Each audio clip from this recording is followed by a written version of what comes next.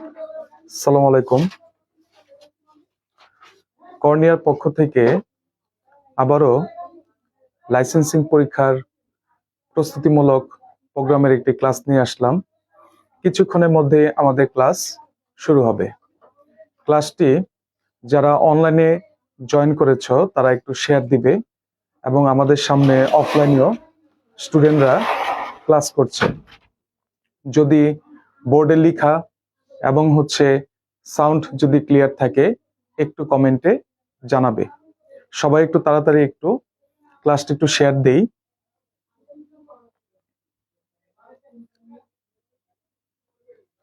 যদি sound clear থাকে তাহলে আমরা একটু কমেন্টে একটু জানাবো।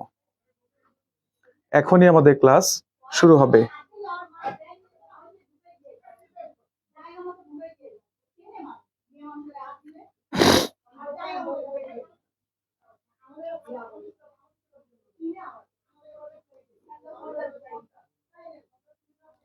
যারা আমরা ক্লাস করতেছি তারা একটু ক্লাসটি একটু শেয়ার দিব, আর সাউন্ড ক্লিয়ার কিনা আমরা একটু কমেন্টে একটু জানাই। তারা একটু ক্লাসটি একটু শেয়ার দিব।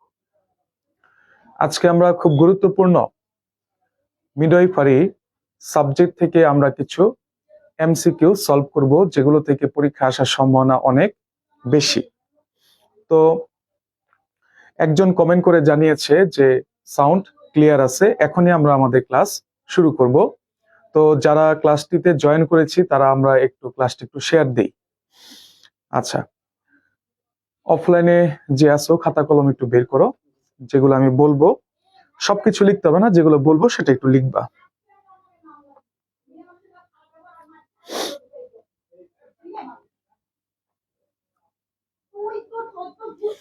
আমাদের খুব বেশি সময় নেই। 21 মার্চ আসলে লাইসেন্সিং পরীক্ষা হবে। তো আজকে আমরা মিডওয়াইফারি থেকে আমরা বেশ কিছু কোশ্চেন আমরা সলভ করব, যেগুলো থেকে পরীক্ষা আসার সম্ভাবনা অনেক বেশি। তো আমরা এখন ক্লাস শুরু করি।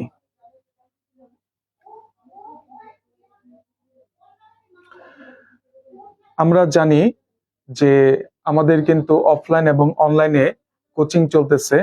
তো যারা শেষ সময়ে অফলাইন বা অনলাইনে ভর্তি হতে চাও তারা আমাদের এই কর্নিয়ার নাম্বারে যোগাযোগ করবে। এখন অফলাইনে যদি কেউ ভর্তি হও তাহলে 4000 টাকা কোর্স ফি, আর যদি অনলাইনে যদি কোচিং করো তাহলে 2000 টাকা কোর্স ফি। তো যারা আগ্রহী তারা এই নাম্বারে যোগাযোগ করবে।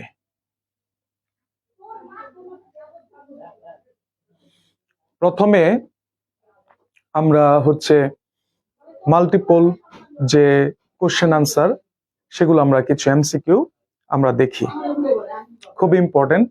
দেখো, ইম্পর্টেন্ট রেসপন্সিবিলিটিস অফ মিডওয়াইফস আর, মানে একজন মিডওয়াইফের রেসপন্সিবিলিটি বা তার দায়িত্বটা কি, এটা আমাদেরকে দেখতে হবে। তো আমরা একটু অপশনগুলোর দিকে একটু দেখি। এখানে বলতেছে ফাইনান্সিয়াল সাপোর্ট। আচ্ছা, মিডওয়াইফ কি একটা পেশেন্টকে কি ফাইনান্সিয়াল সাপোর্ট দিবে? না। তাহলে এটা আমরা বুঝতেছি এটা ফলস। রেকর্ডিং কিপিং, মানে সে একটা পেশেন্টের মধ্যে কি কি রেকর্ড পাচ্ছে। হ্যাঁ, দেখা গেল সে হয়তো ব্লাড প্রেশার চেক করলো বা পালস রেট দেখলো, এই রেকর্ডিং গুলো কিন্তু সে কিপিং মানে সে রাখবে। তাহলে এটা কিন্তু ট্রু, তাই তো? ধরো একটা পেশেন্টের টেম্পারেচার দেখলো, পালস রেট দেখলো বা ইউরিন আউটপুট দেখলো, এই রেকর্ডিং গুলো কিন্তু সে লিপিবদ্ধ করবে বা রাখবে। তাহলে এটা কি ট্রু? আচ্ছা, তারপর আমরা একটু দেখি রেসপন্সিবিলিটিস টু সেলফ। তার কি নিজের প্রতি কোনো দায়িত্ব আছে, না পেশেন্টের প্রতি তার দায়িত্ব? পেশেন্টের প্রতি, তাহলে এটা ফলস। আচ্ছা, রেসপন্সিবিলিটিস টু সোসাইটি। আচ্ছা, এখন সমাজের প্রতি কিন্তু তার দায়িত্ব আছে। এই যে সে পেশেন্টের সেবা করতেছে, মানে কি পেশেন্ট তো সোসাইটির একটা পার্ট, তাই না? তাহলে এটা ট্রু। আচ্ছা, তারপরে আমরা পরে অপশনটা দেখি রেসপন্সিবিলিটিস টু প্রফেশন, তার যে পেশা প্রফেশন, এইখানে ওই পেশার প্রতি বা প্রফেশনের প্রতি তার কোনো রেসপন্সিবিলিটি আছে কিনা, আছে কি? আছে, অবশ্যই আছে। আচ্ছা, তাহলে আমরা দেখলাম যে প্রথম যেটা ছিল ফাইনান্সিয়াল সাপোর্ট, এটা কিন্তু তোমার, হ্যাঁ এটা হচ্ছে ফলস। আচ্ছা, রেকর্ডিং কিপিং এটা হচ্ছে ট্রু। সে যে পেশেন্টের উপরে যে রেকর্ড গুলো পাচ্ছে এগুলো কিন্তু সে কিপিং, লিপিবদ্ধ করবে। রেসপন্সিবিলিটিস টু সেলফ তোমরা বললা হচ্ছে ফলস। হ্যাঁ, রেসপন্সিবিলিটিস টু সোসাইটি, সোসাইটি বলতে আসলে পেশেন্ট, পেশেন্ট তো হচ্ছে সোসাইটির একটা পার্ট, তাহলে এটা ট্রু। তারপরে হচ্ছে রেসপন্সিবিলিটিস টু প্রফেশন, এটাও কি হবে? ট্রু। আচ্ছা, তো আমরা এখন এটা তো এখানে আনসারটা একটু ভুল আছে, বুঝছো? এখানে যে আনসারটা দেওয়া আছে এটা ভুল আছে, মানে শুধু এটা না, এখানে আনসার হচ্ছে একটা দেওয়া না, এখানে কিন্তু সোসাইটি বলো প্রফেশন এগুলো আনসার হবে। ঠিক আছে, এখানে বোধহয় একটু ভুল আছে। আচ্ছা, তারপরে আসো আমরা একটু দেখি।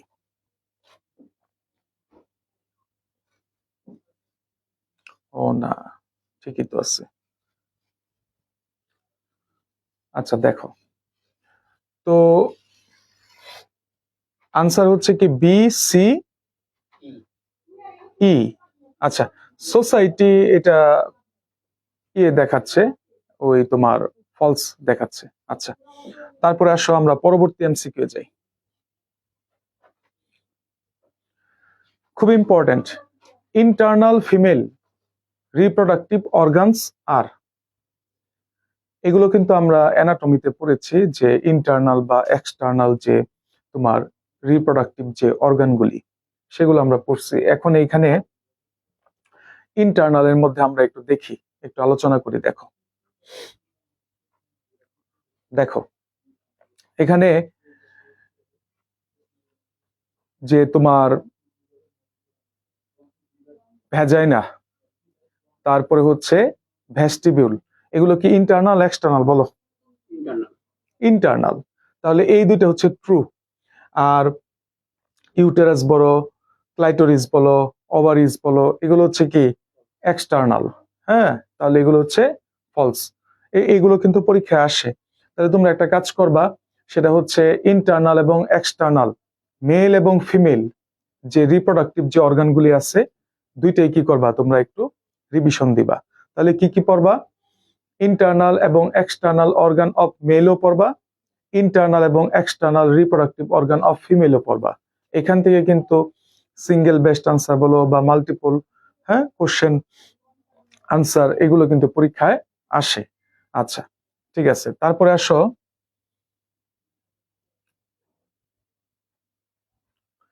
দেখো এখানে কি বলতেছে, active management of third stage of labour. আচ্ছা, আমরা জানি প্রেগনেন্সিকে আমরা কয়টা স্টেজে ভাগ করি? তিনটা স্টেজে ভাগ করি। একটা হচ্ছে ফার্স্ট, আরেকটা হচ্ছে সেকেন্ড, আরেকটা হচ্ছে থার্ড। থার্ড হচ্ছে কি সবার শেষ যেটা, তাই না? এখানে কিন্তু তোমার এই থার্ড স্টেজের পরেই কিন্তু আসলে কি হচ্ছে, বা এই স্টেজে কি হচ্ছে, চাইল্ড বার্থ হবে, জন্মটা হবে। এখন এখানে আমরা কি কি কাজ করি, খুব ইম্পর্টেন্ট, একটু দেখো। এখানে বলতেছে যে, এখানে বলতেছে যে ব্লাড ট্রান্সফিউশন, তারপর বলতেছে ইউটেরাইন মেসেজ, তারপর বলতেছে ইন্ট্রাভেনাস ইনফিউশন, তারপর বলতেছে কন্ট্রোল কন্ট্রাকশন, তারপর বলতেছে অ্যাডমিনিস্ট্রেশন অফ অক্সিটোসিন। আচ্ছা, এখন একটু দেখো, এখানে আনসার হচ্ছে ট্রু হচ্ছে ব্লাড ট্রান্সফিউশন আর হচ্ছে কি কন্ট্রোল কন্ট্রাকশন। এখন কিভাবে একটু মনে রাখবে, একটু বুঝো। যখন একটা মা বাচ্চা জন্ম দিচ্ছে, চাইল্ড বার্থ হচ্ছে, তখন কিন্তু মায়ের কিন্তু কি হইতে পারে, ব্লিডিং হইতে পারে, হ্যামোরেজ হইতে পারে। ঠিক আছে, তখন আমাদের কিন্তু কি করতে হয়, ব্লাড ট্রান্সফিউশন করা লাগে। আচ্ছা, তারপরে বলতেছে ইউটেরাইন মেসেজ, এটা এই স্টেপে করতে হয় না, এটা সেকেন্ড স্টেজের কথা। ইন্ট্রাভেনাস ইনফিউশন, এখানেও এটার কোনো আসলে এটা ট্রু না। কন্ট্রোল কর্ড ট্র্যাকশন, একটু বুঝো। তোমরা জানো যখন থার্ড স্টেজে তোমার হচ্ছে, চাইল্ড বার্থ হচ্ছে, এরপরে কিন্তু প্লাসেন্টা নাম শুনছো? প্লাসেন্টা কিন্তু কি হয়ে যায়, মায়ের বডি থেকে কিন্তু সেপারেট হয়ে যায়। তখন এটাকে আমাদের কি করতে হয়, টেনে বের করতে হয়। এটাকে বলতেছে কন্ট্রোল কর্ড ট্র্যাকশন। মানে এটা কিন্তু ওই কিছু অংশ বের হয়ে আসে, তারপর আমাদের কি করতে হয়, এটার যে কর্ড আছে এটাকে কিন্তু টেনে বডি থেকে একদম সেপারেট করতে হয়। এটাকে বলতেছে কন্ট্রোল কর্ড ট্র্যাকশন। এটা কিন্তু ট্রু। তারপর বলতেছে অ্যাডমিনিস্ট্রেশন অফ অক্সিটোসিন, এটাও এখানের কথা না, এটা হচ্ছে যখন তোমরা কি অবস্ট্রাক্টেড লেবার নাম শুনছো কিনা? অনেক সময় কিন্তু মায়ের লেবার পেন অনেকক্ষণ যাবত হচ্ছে, কিন্তু ধরো যে চাইল্ড বার্থ হচ্ছে না, তখন কিন্তু আমরা কি করি, অক্সিটোসিনটা দেই, তখন ইউটারাস যেটা আছে এটা তোমার যে কন্ট্রাকশন রিল্যাক্সেশন এটা ভালো করে হয়, তারপরে ধরো যে চাইল্ড বার্থ হয়। তো এটা কিন্তু থার্ড স্টেজের না। তাহলে আমরা থার্ড স্টেজের দুইটা জিনিস পাইলাম। একটা হচ্ছে ব্লাড ট্রান্সফিউশন করা লাগে, কারণ আমরা জানি এখানে মায়েদের কি হইতে পারে, মায়েদের ব্লিডিং হয়, হ্যামোরেজ হয়, তখন আমাদের ব্লাড ট্রান্সফিউশন করা লাগে। তারপর ওই যে প্লাসেন্টা সেপারেট হচ্ছে, এটাকে বডি থেকে একদম বের করে ফেলার জন্য আমরা কি করি, ওই কন্ট্রোল কর্ড ট্র্যাকশন দিয়ে থাকি। আর এখানে যে তোমার অক্সিটোসিন অ্যাডমিনিস্ট্রেশন বলতেছে, বা এখানে বলতেছে হচ্ছে ইউটেরাইন মেসেজ বা ইন্ট্রাভেনাস ইনফিউশন, এগুলো আসলে থার্ড স্টেজে না। ঠিক আছে, তাহলে বুঝা গেছে? আচ্ছা, যারা আমরা অনলাইনে ক্লাস করতেছি ক্লাসটা একটু শেয়ার দিব।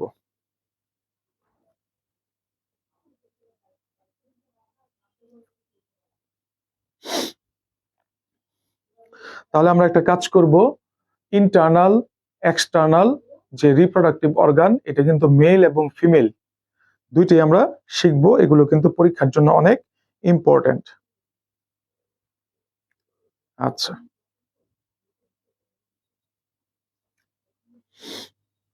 এখন আসো,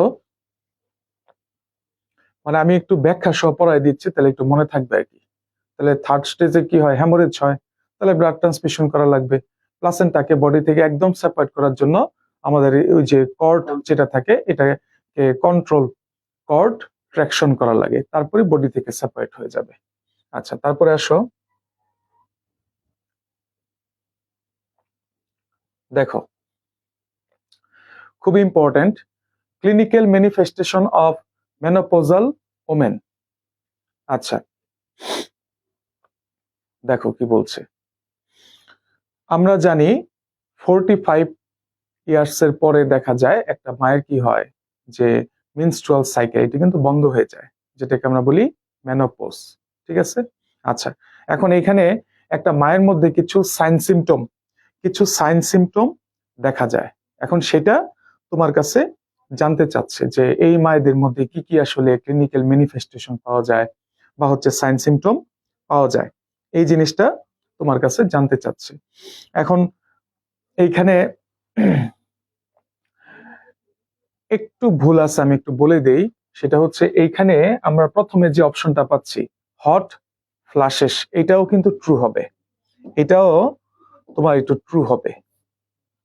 এটা আমরা যে যখন শীট দিব সেখানে একটু মার্কিং করে নিও। আচ্ছা, হট ফ্ল্যাশেস বুঝো, দেখা যায় যে এই মায়েদের তোমার হচ্ছে গরম যেটা, তারা এগুলো কিন্তু সহ্য করতে পারে না। হ্যাঁ, হট ফ্ল্যাশেস মানে হচ্ছে গরম সহ্য করতে পারে না। তারপরে এই মায়েদের বডি যেটা স্কিন, এগুলো একটু ফ্যাকাশে একটা ভাব থাকে। এই জিনিসগুলো একটু মনে রাখবা। তারপর আরো কিছু বলি, যেমন ঘুম যদি না হয় সেটাকে আমরা কি বলি, ইনসমনিয়া বলি, তাই না? এগুলো কিন্তু থাকে। আচ্ছা, এটাও কিন্তু ট্রু হবে। আচ্ছা, তারপর বলছে অ্যাটোপিক ভালভা, এটা হচ্ছে ওই মায়েদের একটা রিপ্রোডাক্টিভ অর্গান, এটা অ্যাটোপিক হয়ে আসে, মানে এটা তোমার হচ্ছে সংকুচিত হয়ে আসে এরকম। তারপরে দেখো আমরা অপশনগুলো দেখি, বলতেছে ডায়াবেটিস মেলাইটাস। ডায়াবেটিস মেলাইটাস তো এটার সাথে কোনো রিলেশন নাই, এটা হচ্ছে তোমার এন্ডোক্রাইন যে সিস্টেম সেটার একটা রোগ, তাই না? তো এটা কিন্তু ফলস হবে। আচ্ছা, তারপর বলতেছে ল্যাংদেনিং অফ ভ্যাজাইনা। হ্যাঁ, এটা হচ্ছে মায়েদের যে ভ্যাজাইনা এটা কিন্তু অনেকটা লুজ হয়ে আসে, এটাকে বলতেছে ল্যাংদেনিং অফ ভ্যাজাইনা। তারপর অপশনে বলতেছে ইনক্রিজ ব্রেস্ট টিস্যু। এটা মেনোপজাল ওমেনদের ক্ষেত্রে, মায়েদের ক্ষেত্রে আমরা পাই না। এটা হচ্ছে যখন একটা মানুষ হচ্ছে 25 বা 18 ইয়ার্স এর পরে দেখা যায় যে তাদের ব্রেস্টের একটা আসলে ম্যাচুরেশন হয় বা ডেভেলপমেন্ট হয়, সেটা। তো মেনোপজাল মায়েদের ক্ষেত্রে এটা আসলে হয় না। তাহলে আমরা একটা আনসার একটু ঠিক করে নেই। এখানে কিন্তু হট ফ্লাশেস থাকবে, তারপরে হচ্ছে ভালবাটা তোমার অ্যাটোপিক হয়ে আসবে, তারপরে তোমার ভ্যাজাইনাটা হচ্ছে কি ল্যাংদেনিং হবে। আর এখানে যে ডিএম বা ডায়াবেটিস মেলাইটাস আছে, এটা কিন্তু আসলে এন্ডোক্রাইন একটা ডিসঅর্ডার। এটা কিন্তু ওই মেনোপজ বা মেনস্ট্রুয়াল সাইকেল বন্ধের সাথে এটা কোনো সম্পর্ক নাই। বুঝা গেছে? এটা বুঝি আমরা একটু দেখবো। হ্যাঁ, আচ্ছা, তো এটাও তো বুঝতে পারছো থার্ড স্টেজের ব্যাপারটা মনে রাখবা। এখানে কিন্তু ব্লিডিং হওয়ার সম্ভাবনা আছে, এই জন্য ব্লাড ট্রান্সমিশন করা লাগে। আর এখানে প্লাসেন্টা সেপারেশন হবে এবং এটাকে বডি থেকে বের করার জন্য আমরা কন্ট্রোল ভাবে কর্ড ট্র্যাকশন করি, টান দিয়ে বের করে ফেলি। ঠিক আছে? এর আগে যে আমরা কোশ্চেনটা পড়ছিলাম, দেখছিলাম যে কোশ্চেনটা, সেটা ছিল ওই যে তোমার ইন্টারনাল ফিমেল রিপ্রোডাক্টিভ অর্গান। তোমরা শুধু ইন্টারনাল ইন্টারনাল না, তোমরা ইন্টারনাল সাথে কোনটা পড়বা? এক্সটার্নাল পড়বা। আবার শুধু মেলেরটা পড়বা না, মেল ফিমেল দুইটাই পড়বা, মেল ফিমেল দুইটাই পড়বা, মনে থাকবে? আচ্ছা, আর প্রথমে একটা জিনিস ছিল যে মিডওয়াইফ দের কি তোমার রেসপন্সিবিলিটি, তার কার প্রতি রেসপন্সিবিলিটি আছে? পেশেন্টের প্রতি, তার প্রফেশনের প্রতি। হ্যাঁ, এরকম আমরা জিনিস দেখছিলাম। আচ্ছা, তো আসো আমরা পরবর্তী এমসিকিউ গুলোতে যাই।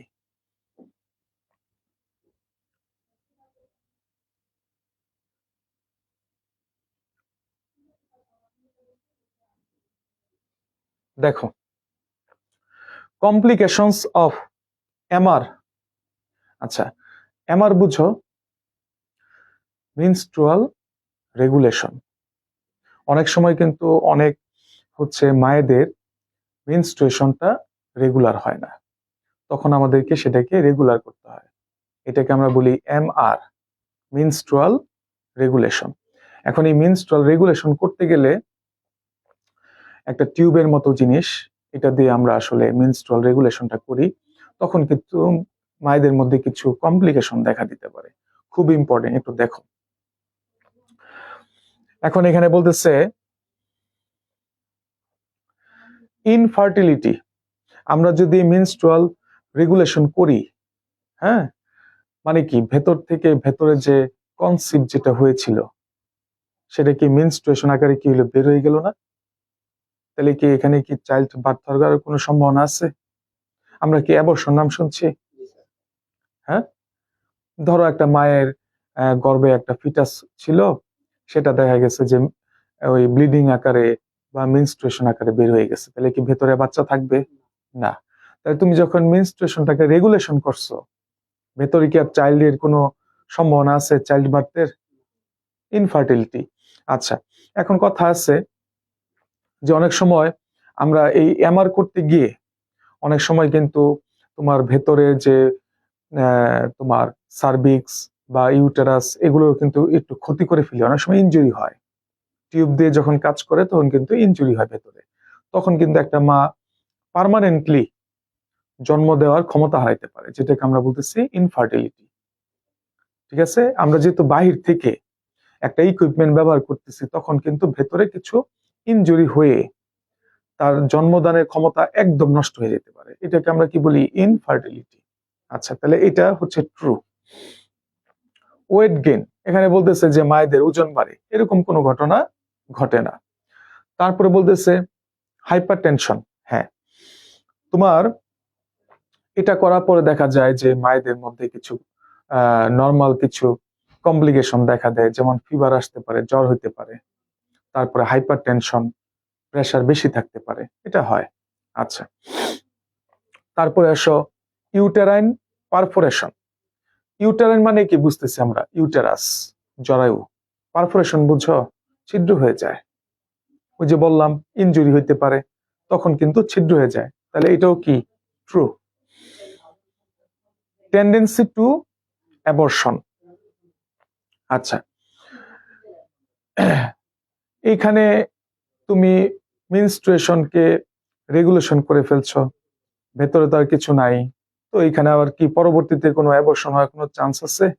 নাই, ভেতরে তো আর কিছু নাই, যেটা ছিল এটা তো বের করে ফেলছো, এখানে কি পরবর্তীতে আর অ্যাবর্শন হওয়ার কোনো চান্স আছে? নাই। তাহলে আমাদের আনসার হচ্ছে ইনফার্টিলিটি। এভাবে মনে রাখবা যে আসলে ভেতরে ইনজুরি হওয়ার সম্ভাবনা থাকে, এখানে ওয়েট গেইন এইরকম ধরনের কিছু হয় না। তারপরে হচ্ছে হাইপার টেনশন, হ্যাঁ মায়েদের ফিভার হইতে পারে, তারপরে হচ্ছে হাইপার টেনশন, এগুলো আমরা পাই। তারপরে বলতেছে হচ্ছে ইউটেরাইন পারফোরেশন, ওই যে বললাম ইনজুরি থেকে আসলে পারফোরেশন হইতে পারে। টেন্ডেন্সি টু অ্যাবর্শন, এটা আর সম্ভাবনা থাকে না, কারণ ভেতরে কিছু নাই, এটা কি পরবর্তীতে তো আর অ্যাবর্শন হওয়ার কোনো চান্স নাই। এখন দেখো এটা বুঝা গেছে কিনা। যারা অনলাইনে ক্লাস করতেছি তারা একটু ক্লাসটা একটু শেয়ার দিব।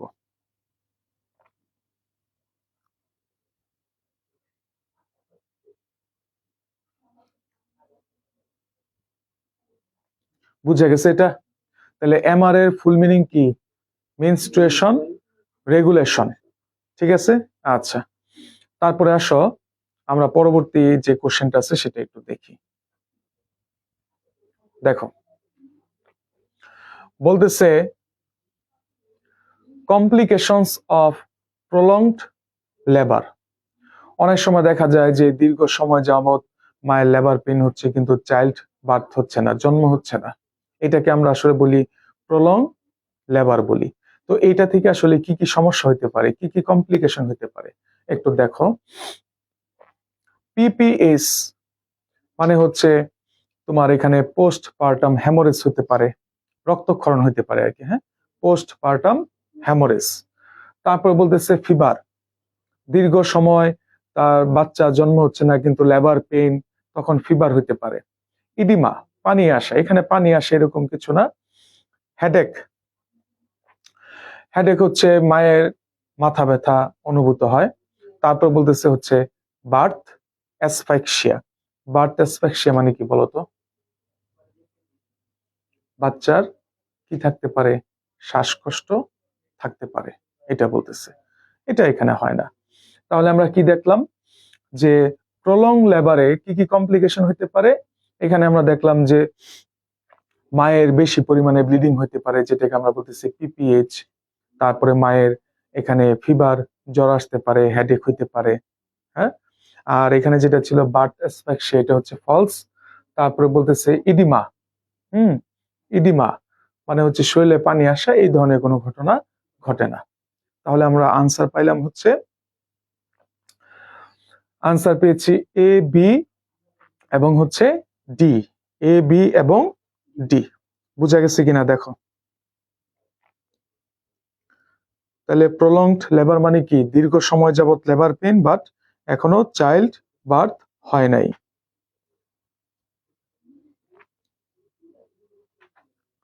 আচ্ছা, একটু কমেন্ট গুলো একটু পড়ে আসি দেখি।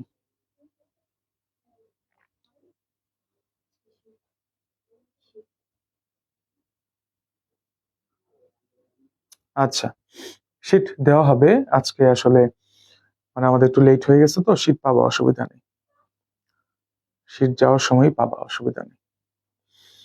এখন আসো আমরা পরবর্তী এমসিকিউটা একটু দেখি।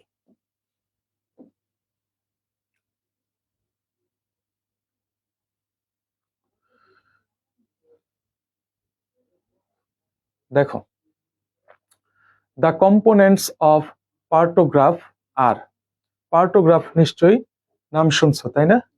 আচ্ছা, এখন এটার মধ্যে কিন্তু বেশ কিছু জিনিস থাকে, কিছু কম্পোনেন্ট থাকে, সেই কম্পোনেন্ট গুলো আমরা একটু দেখি এবং একটু বুঝে পড়ি। দেখো কি বলছে।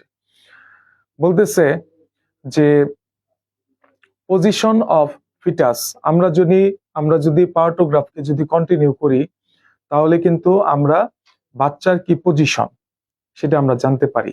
বাচ্চা কি নর্মাল পজিশনে আছে নাকি অ্যাবনর্মাল পজিশনে আছে, হ্যাঁ, এগুলা কিন্তু আমরা জানতে পারি। তো এটা একটা ট্রু আনসার। তারপর বলতেছে অ্যামাউন্ট অফ ব্লাড লস। হ্যাঁ, মায়ের যদি কোনো ব্লিডিং থাকে, কোনো যদি ব্লাড লস হয় বা হ্যামোরেজ থাকে, সেগুলো কিন্তু আমরা এই পার্টোগ্রাফের মাধ্যমে কিন্তু জানতে পারি। তাহলে এটা একটা কম্পোনেন্ট, খুব ইম্পর্টেন্ট এই পার্টোগ্রাফটা। তারপর বলতেছে ডাইলেটেশন অফ সার্ভিক্স। সার্ভিক্সটা কি ঠিকভাবে প্রসারিত হচ্ছে কিনা, ডাইলেটেশন হচ্ছে কিনা বা কতটুকু হচ্ছে, কত সেন্টিমিটার, এগুলো কিন্তু আমরা পার্টোগ্রাফি কিন্তু উল্লেখ করি। তাহলে পার্টোগ্রাফটা দেখলে কিন্তু আমরা এই জিনিসগুলো কিন্তু জানতে পারবো যে একটা মায়ের যে ইউটেরাস, এটা জন্ম দেওয়ার জন্য যে তাকে ডাইলেটেশন হইতে হবে, প্রসারিত হইতে হবে, এটা কি ঠিকভাবে হচ্ছে কিনা। তো আমরা কিন্তু এই জিনিসগুলো জানতে পারি। তারপরে বলতেছে ইউটেরাইন ইনভলিউশন। আচ্ছা, এখন একটু বুঝো, ইউটেরাইন ইনভলিউশন মানে হচ্ছে জন্মদানের পরে একটা মায়ের ইউটেরাস কিন্তু আবার আগের অবস্থায় ফিরে আসে। যখন সে প্রেগনেন্ট ছিল তখন কিন্তু তার ইউটেরাস কিন্তু বাচ্চাকে জায়গা দেওয়ার জন্য এটা প্রসারিত হয়েছিল, বড় হয়েছিল। কিন্তু যখন একটা মা জন্ম দান করে ফেলে তখন কিন্তু আবার ইউটেরাসটা সে আগের সাইজ এবং শেপে কি হয়, ফিরে যায়। এটাকে আমরা বলি ইউটেরাইন ইনভলিউশন। এখন এটাকে তুমি জানতে পারবা কিনা? না, জানতে পারবা না।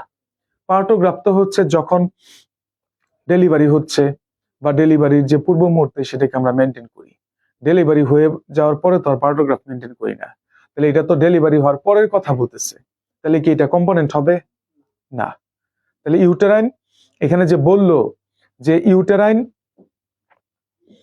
ইনভলিউশন, ইনভলিউশন মানে কি, ইউটেরাসটা কি হবে, আগের যে সাইজ শেপে ছিল ওইখানে ফিরে যাবে। তো এটা তো পরের কথা, জন্মদানের পরে, তখন তো আর আমরা পার্টোগ্রাফ মেনটেন করি না। তো এইটা কিন্তু পার্টোগ্রাফের কোনো কম্পোনেন্ট না। তারপরে বলতেছে ফিটাল হার্ট রেট। এখন দেখা গেছে যে বাচ্চার যে তোমার এখানে ফিটাল হার্ট রেট বলতে আসলে কি বুঝাইতেছে, যে বাচ্চারা তার হার্ট রেট আমরা এখন বাচ্চা তো হচ্ছে তার মায়ের গর্ভে, ফিটাল হার্ট রেটটা আসলে এখানে দেখা হয় না। তাহলে পার্টোগ্রাফের থেকে আমরা কি কি আমরা ইনফরমেশন বা কম্পোনেন্ট পাবো, সেটা হচ্ছে ফিটাসের পজিশনটা পাবো, তারপরে মায়ের কোনো ব্লাড লস থাকলে সেটা কতটুকু হচ্ছে সেটা আমরা পাবো, তারপরে মায়ের যে সার্ভিক্স সেটা কতটুকু ডাইলেটেশন হচ্ছে, প্রসারিত হচ্ছে, এই ইম্পর্টেন্ট যে ইনফরমেশন গুলা এগুলো আমরা পাবো। এই জন্য এগুলাকে আমরা আসলে পার্টোগ্রাফের কম্পোনেন্ট বলি। আর বাকি যেটা বলতেছে যে ফিটাল হার্ট রেট বা হচ্ছে ইউটেরাইন ইনভলিউশন, আগের যে সাইজ শেপে ফিরে যাবে, এগুলো কিন্তু আসলে এটা কোনো পার্ট বা কম্পোনেন্ট না। বোঝা গেছে কিনা? খুব ইম্পর্টেন্ট এই কোশ্চেনটা। আচ্ছা, তারপরে আসো আমরা পরবর্তী এমসিকিউ এ যাই। দেখো, ডেঞ্জার সাইন অফ প্রেগনেন্সি আর, একটা মা যখন প্রেগনেন্ট হয় তখন তার মধ্যে বিভিন্ন ডেঞ্জার সাইন দেখা দিতে পারে। মানে এই সাইনগুলো থাকলে তার যে প্রেগনেন্সি এটার জন্য আসলে কি একটা হুমকি স্বরূপ, একটা ঝুঁকিপূর্ণ, তাই না? এখন এখানে কি কি বলতেছে একটু দেখো, এটা তোমরা একটু বলার চেষ্টা করো। হাই ফিভার, তারপর বলতেছে, আচ্ছা কি বললা এটা? ট্রু। আচ্ছা ঠিক আছে, এটা ট্রু। ভমিটিং, এটা একটা নর্মাল জিনিস, নওশিয়া ভমিটিং হইতে পারে, তাই না? ব্লিডিং পার ভ্যাজাইনা, এটাও ট্রু, হ্যাঁ। Morning sickness falls. Morning sickness তো একটা নর্মাল একটা ব্যাপার। এগুলো আসলে কি, মর্নিং সিকনেস হচ্ছে কি আসলে জানো, প্রেগনেন্সির আর্লি সাইন। একটা মা কিন্তু প্রেগনেন্ট হলে মর্নিং সিকনেস হয়, নওশিয়া ভমিটিং এগুলো হয়। আচ্ছা, তাহলে এটা তোমরা বলতেছো ফলস। আচ্ছা ঠিক আছে, ফলস। ফ্রিকুয়েন্ট মিকচুরেশন, মিকচুরেশন মানে কি বলো? বারবার কি হয়, তার যে ইউরিন ভয়েডিং এর একটা ব্যাপার হয়, ফ্রিকুয়েন্ট মিকচুরেশন, বারবার ইউরিন ভয়েড করে। তো এটা কি কোনো ডেঞ্জার সাইন? এটা ফলস আমরা বলবো, এটা হইতেই পারে। আচ্ছা ঠিক আছে, ফলস। এখন আমরা একটু দেখি।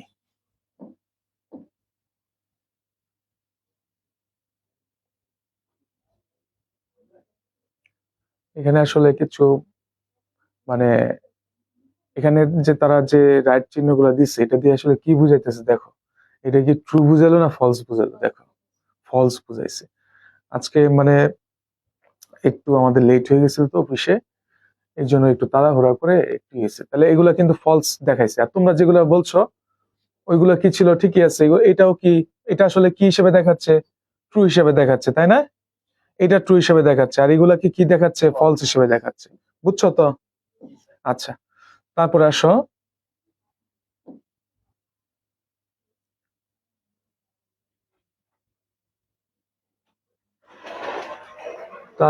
আসো, যেটা আমরা দেখতেছিলাম,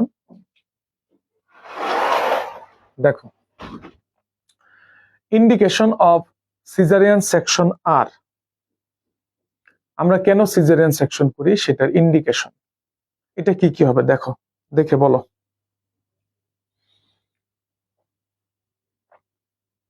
কোনটা কোনটা হবে?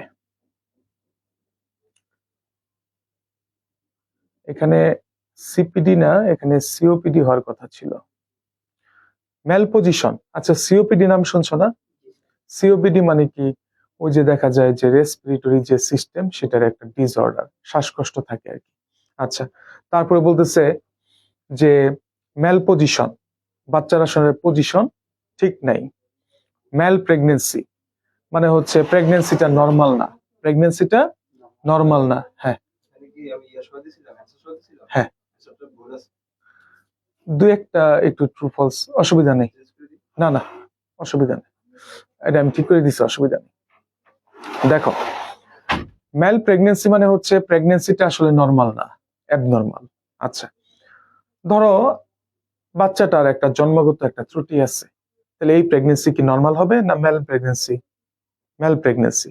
ম্যাল শব্দটা থাকলে বুঝবা যে এটা আসলে অ্যাবনর্মাল। আচ্ছা, তারপরে আসো মাল্টিপল প্রেগনেন্সি, একাধিক। আমরা অনেক সময় দেখি যে টুইন, ট্রিপল প্রেগনেন্সি হইতে পারে, এটাকে বলতেছে মাল্টিপল প্রেগনেন্সি। তারপর বলতেছে প্রিভিয়াস হিস্ট্রি অফ অ্যাবর্শন, অনেক সময় দেখা যায় যে মায়েদের অ্যাবর্শনে বিভিন্ন হিস্ট্রি থাকতে পারে। তো আমরা দেখি এখানে কি বলছে।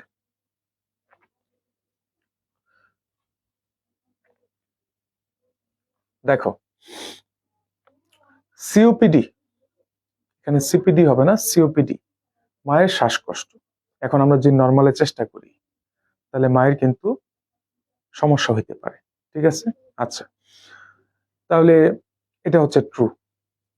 তারপরে বলতেছে ম্যাল পজিশন।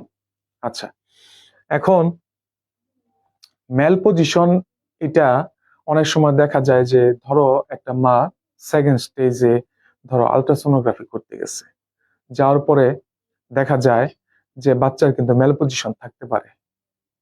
ধরো বাচ্চার কিন্তু হেড কোন দিকে থাকে? নিচের দিকে থাকে, আর তার যে পা এগুলো উপরের দিকে থাকে। অনেক সময় কিন্তু তারা একটু ম্যাল পজিশন থাকতে পারে, কিন্তু এটা কিন্তু পরবর্তীতে সে পজিশন কিন্তু আবার ঠিক হয়ে যায়। আমরা বলে দিই যে অসুবিধা নাই, এখন এরকম আছে, এটা পরবর্তীতে দেখা যাবে যে আবার ঠিক হয়ে যাবে। এর জন্য এটা আনসার হয় নাই। তারপর বলতেছে ম্যাল প্রেগনেন্সি, ধরো একটা বাচ্চার মধ্যে, সাপোজ একটা বাচ্চার মধ্যে যে তোমার থাকতে পারে, বাচ্চাটা নর্মাল না, হ্যাঁ, প্রেগনেন্সিটা তাহলে আমরা নর্মাল বলতে পারি না, ম্যাল প্রেগনেন্সি। তখন কিন্তু আমাদের সিজারিয়ান সেকশন করার প্রয়োজন পড়ে, তখন কিন্তু আমাদের সিজারিয়ান সেকশন করার প্রয়োজন পড়ে। আচ্ছা,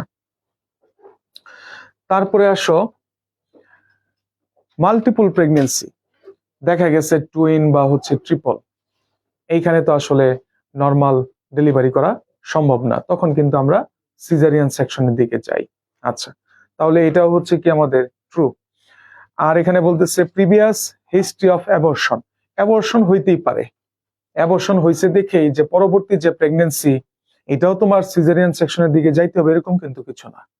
একটা মায়ের অ্যাবর্শন হইতেই পারে, ধরো একটা মা ভারী কাজ করতেছে, কোনো কারণে তার অ্যাবর্শন হলো, পরবর্তী প্রেগনেন্সি সে কি নর্মালে চেষ্টা করতে পারে না? অবশ্যই করতে পারে। এই জন্য যে তাকে ওই পরবর্তী প্রেগনেন্ট অবস্থায় তাকে যে সিজারিয়ান সেকশনের দিকে যাইতে হবে এরকম কিন্তু কিছু না। এই জন্য এটা কি ফলস।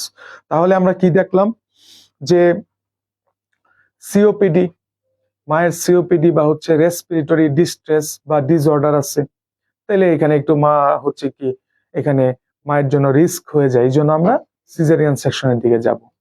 তারপরে কি ছিল আমাদের অপশন? ম্যাল পজিশন। প্রায় সময় দেখবা বাচ্চা ম্যাল পজিশনে আছে, কিন্তু এটা পরবর্তীতে শেষ দিকে এসে কিন্তু ঠিক হয়ে যায়। তারপর বলতেছে ম্যাল প্রেগনেন্সি, ধরো ভেতরে যে বাচ্চাটা আছে তার মধ্যে কোনো জন্মগত কোনো ত্রুটি আছে, কনজেনিটাল অ্যানোমালি আছে, তখন কিন্তু আমাদের সিজারিয়ান সেকশনের দিকে যেতে হয়। মাল্টিপল প্রেগনেন্সি, টুইন প্রেগনেন্সি বা হচ্ছে ট্রিপল প্রেগনেন্সি, এই জন্য আমরা কি করব? সিজারিয়ান সেকশনের দিকে যাব। লাস্টে যেটা ছিল সেটা হচ্ছে আমাদের প্রিভিয়াস হিস্ট্রি অফ অ্যাবর্শন। এখন আগে অ্যাবর্শনের হিস্ট্রি থাকতেই পারে, পরবর্তীটা যদি সবকিছু ঠিকঠাক থাকে আমরা নর্মাল চেষ্টা করতে পারি। আমাদের যে সিজারিয়ান সেকশনে যাইতে হবে এরকম কিন্তু কোনো কিছু না। তাহলে আমাদের আনসার হচ্ছে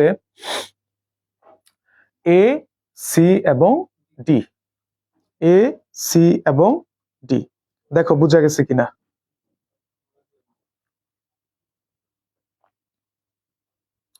দেখো একটু বুঝো কিনা।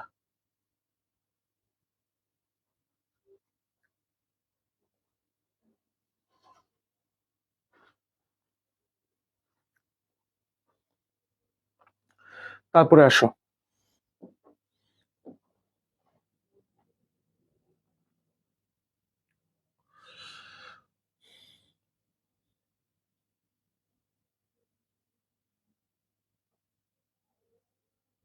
আচ্ছা গতদিন যে আমরা ক্লাস নিছিলাম, তোমরা যে অফলাইনে করলা গতদিন, সেটা কি মাইক্রোবায়োলজি উপর নেওয়া হয়েছিল না?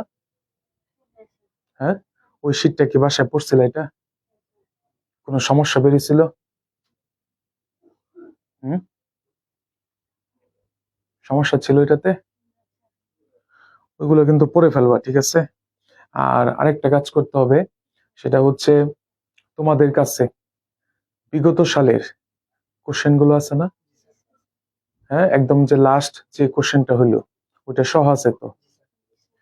ওই কোশ্চেন গুলো তোমরা বিএসসি, তারপরে ডিপ্লোমা, যদি মিডওয়াইফারিরও কোশ্চেন থাকে, সবগুলো কোশ্চেন সলভ করতে হবে, একটা কোশ্চেন বাদ দেওয়া যাবে না।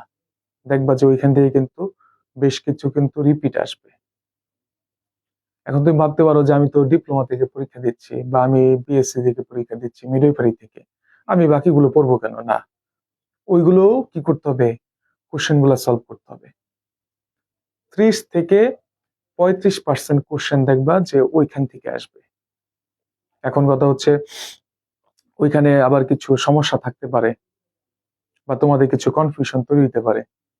তোমাদের একটা আলাদা একটা হোয়াটসঅ্যাপ গ্রুপ আছে না, যারা আমাদের অফলাইনের যারা আছো, আলাদা হোয়াটসঅ্যাপ গ্রুপ, ওইটাতে যদি কোনো সমস্যা থাকে ওইটা সমস্যার ওইটা পোস্ট করলে আমি তারপরে সোহাগ স্যার আছেন, আমরা ওইটা তোমাদেরকে বলে দিব। যে একটা কোশ্চেন পড়তেছো, দেখা গেল যে তোমার মধ্যে একটা কনফিউশন হইতে পারে যেটা কি ট্রু নাকি ফলস, বা কেন ট্রু হইলো কেন ফলস হইলো। যেমন দেখো এখানে একটা জিনিস ছিল ম্যাল পজিশন। এখন তুমি তো ভাবছো যে বাচ্চাটা তো পজিশন ঠিক নাই, তাহলে তো সিজারিয়ান সেকশন করতে হবে, কিন্তু আসলে এটা অনেক মায়েদের ক্ষেত্রে এই মেল পজিশন আমরা পাই, কিন্তু এই মেল পজিশন কিন্তু আর মেল পজিশন থাকে না, এটা শেষ দিয়ে কিন্তু তার পজিশনটা ঠিক হয়ে যায়। তাহলে কি আমার সিজারিয়ান সেকশনে যাইতে হবে? না। এরকম কিন্তু কিছু কনফিউশন তৈরি হয়, সেটা আমাদের হোয়াটসঅ্যাপ গ্রুপে এটা বললে আমরা কেন হইলো না হইলো এটা স্যার আছে নামি আছে এটা বলে দিব, অসুবিধা নেই। এখন গতদিন আমরা এরকম একটু মাইক্রোবায়োলজি নিয়ে পড়ছিলাম কিন্তু, যে ওইখানে একটা কোশ্চেন ছিল বা একটা ইনফরমেশন ছিল যে ধরো কোন একটা ব্যাকটেরিয়া হচ্ছে রাউন্ডেড, ধরো তুমি মাইক্রোস্কোপ দিয়ে দেখতেছো একটা ব্যাকটেরিয়া হচ্ছে কি রাউন্ডেড, এটাকে তুমি কি ব্যাকটেরিয়া বলবা? পরীক্ষা কিন্তু আসে, এটা আমরা পড়ছিলাম। সেটা হচ্ছে এগুলাকে আমরা কি বলি? কক্কাই।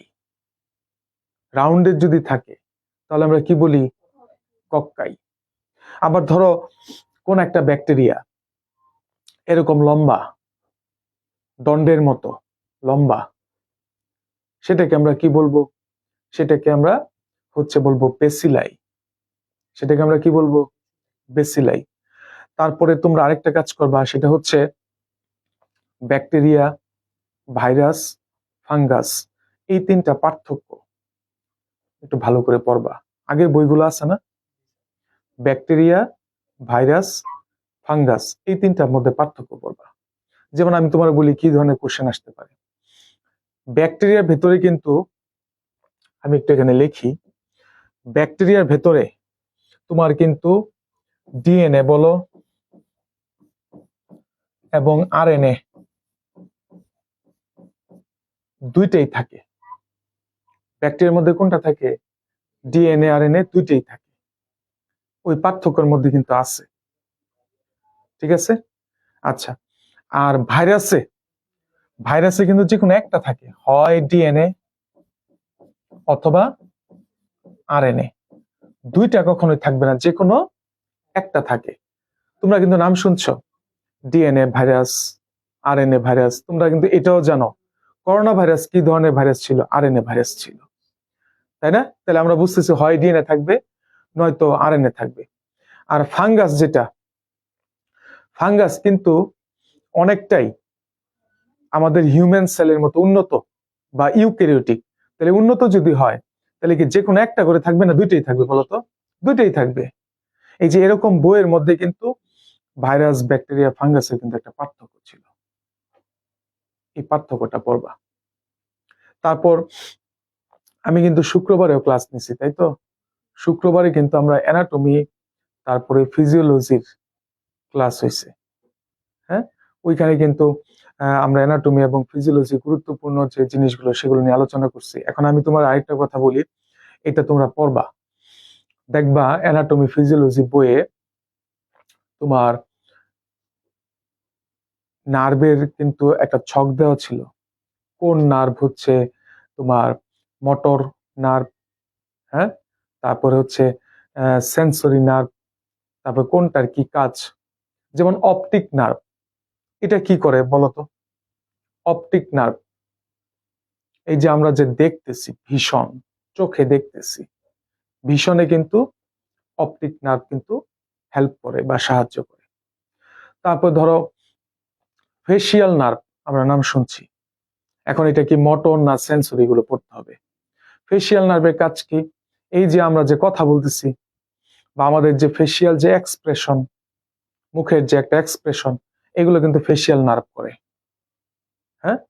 আচ্ছা, এই এই ছকটা পড়বা, এখান থেকে তুমি একটা কিন্তু কোশ্চেন পাবা। আরেকটা জায়গা আছে খুব গুরুত্বপূর্ণ, সেটা হচ্ছে দেখবা অ্যানাটমি ফিজিওলজি বইয়ে তোমার হরমোন, গ্ল্যান্ড একটা ছক দেওয়া আছে, কোন গ্ল্যান্ড থেকে।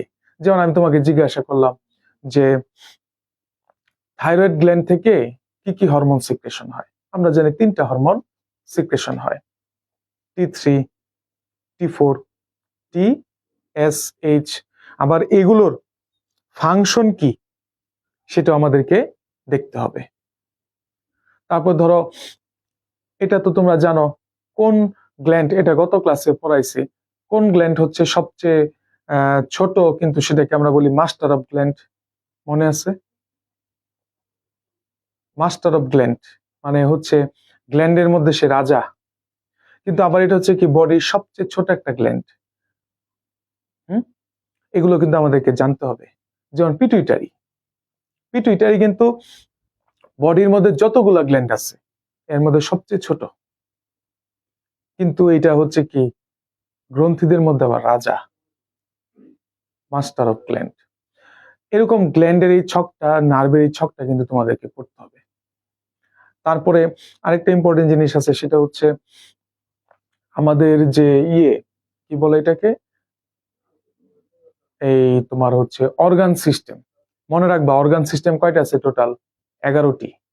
যেমন তোমরা নাম শুনছো না, cardiovascular system, respiratory system, nervous system, এরকম সিস্টেম কয়টা টোটাল বডিতে? 11টি। এগুলো আমাদেরকে একটু করতে হবে। তো আমি যেটা বলবো সেটা হচ্ছে তোমাদের আজকে বাসায় গিয়ে যে কাজটা হচ্ছে সেটা হলো দেখো তোমার কাছে ডিপ্লোমা বা হচ্ছে বিএসসি এবং মিডওয়াইফারি কি কি কোশ্চেন আছে, এবং লাস্ট বছরের কোশ্চেনটা কি পাইছো তোমরা বিভিন্ন গ্রুপে বা হচ্ছে গাইডে, দেখবা যে কোশ্চেন দেওয়া আছে, তাই না? হ্যাঁ, এখন তুমি এটা চিন্তা করবে না আমি বিএসসি স্টুডেন্ট, আমি বিএসসি কোশ্চেন সলভ করবো, এটা চিন্তা করলে হবে না। তোমাকে বিএসসি, ডিপ্লোমা, মিডওয়াইফারি সবগুলো কি করতে হবে, দেখতে হবে। এখান থেকে কিন্তু তুমি 30% কমপক্ষে রিপিট পাবা। আর আমাদের যে হোয়াটসঅ্যাপ গ্রুপ আছে, আর যদি না থাকে, যারা অফলাইনে আছো, যারা ভর্তিকৃত স্টুডেন্ট, তারা একটা হোয়াটসঅ্যাপ গ্রুপ খুলবা। গ্রুপে আমি এবং সোহাগ স্যার থাকবো। ওইখানে যদি তোমাদের কোনো সমস্যা থাকে সেটা বলবা, সেটা আমরা করবো। তো তোমার কাজ হলো কি, আগামী 7 দিনের মধ্যে প্রিভিয়াস কোশ্চেন গুলা সবকিছু কি করতে হবে, শেষ করতে হবে। কনফিউশন থাকলে সেটা আমাদের কাছ থেকে আগামী সপ্তাহে এগুলা ক্লিয়ার করে নিতে হবে। তাহলে দেখবা তোমার অনেক কিছু পড়া হয়ে যাবে, অনেক কিছু আগায় যাবে। যেমন আমি তোমাকে বলি, তোমরা এটা জানো যে আরবিসির হচ্ছে লাইফ স্প্যান কত, 120 দিন। এখন এটা না অনেক সময় পরীক্ষায় একবার আসছিল 120 দিন না না দিয়ে ওরা মান্থ হিসেবে উল্লেখ করছে। তাহলে বলো তো কত মাস হবে? 4 মাস। তুমি কিন্তু পারো এটা 120 দিন, কিন্তু অপশনে ডে না দিয়ে মান্থ ব্যবহার করছে। এখন দেখো এখান থেকে আবার তুমি কিভাবে কোশ্চেন বুঝবে যে আরো কিছু কোশ্চেন দিতে পারে। ধরো পরীক্ষা আসছে আরবিসির লাইফ স্প্যান, তাহলে আরেকবার আসতে পারি কি ডাব্লিউবিসির লাইফ স্প্যান, আরেকবার আসতে পারি কি যেটা প্লেটলেট যেটা, সেটার লাইফ স্প্যান আসতে পারে। এই যে এরকম কিছু জিনিস তখন তোমার মধ্যে দেখবা যে মানে কি কোশ্চেন আসতে পারে সেটা তুমি বুঝে ফেলবা। তাহলে আগামী 7 দিন আমি যে পরামর্শটা দিব তোমাদেরকে সেটা হচ্ছে, তোমরা বিগত সালের যে কোশ্চেনগুলি, এই কোশ্চেনগুলি তোমরা হচ্ছে সলভ করো। যেগুলো সমস্যা থাকবে সেগুলো মার্কিং করে নিয়ে আসো, এসে আমাদেরকে বলো, আমরা এগুলো সলভ করে দিই, বা কনফিউশন থাকলে সেটা দূর করে দিই।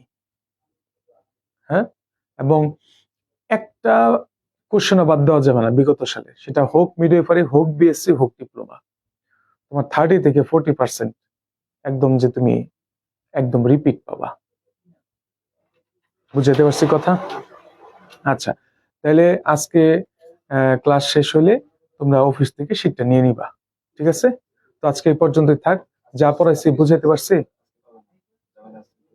আচ্ছা, অসুবিধা নাই, এটা অফিস থেকে তোমরা পাবা। হ্যাঁ, তো আজকে যা পড়ানো হয়েছে বুঝা গেছে? ঠিক আছে, থাকো তাহলে। হ্যাঁ, আল্লাহ হাফেজ।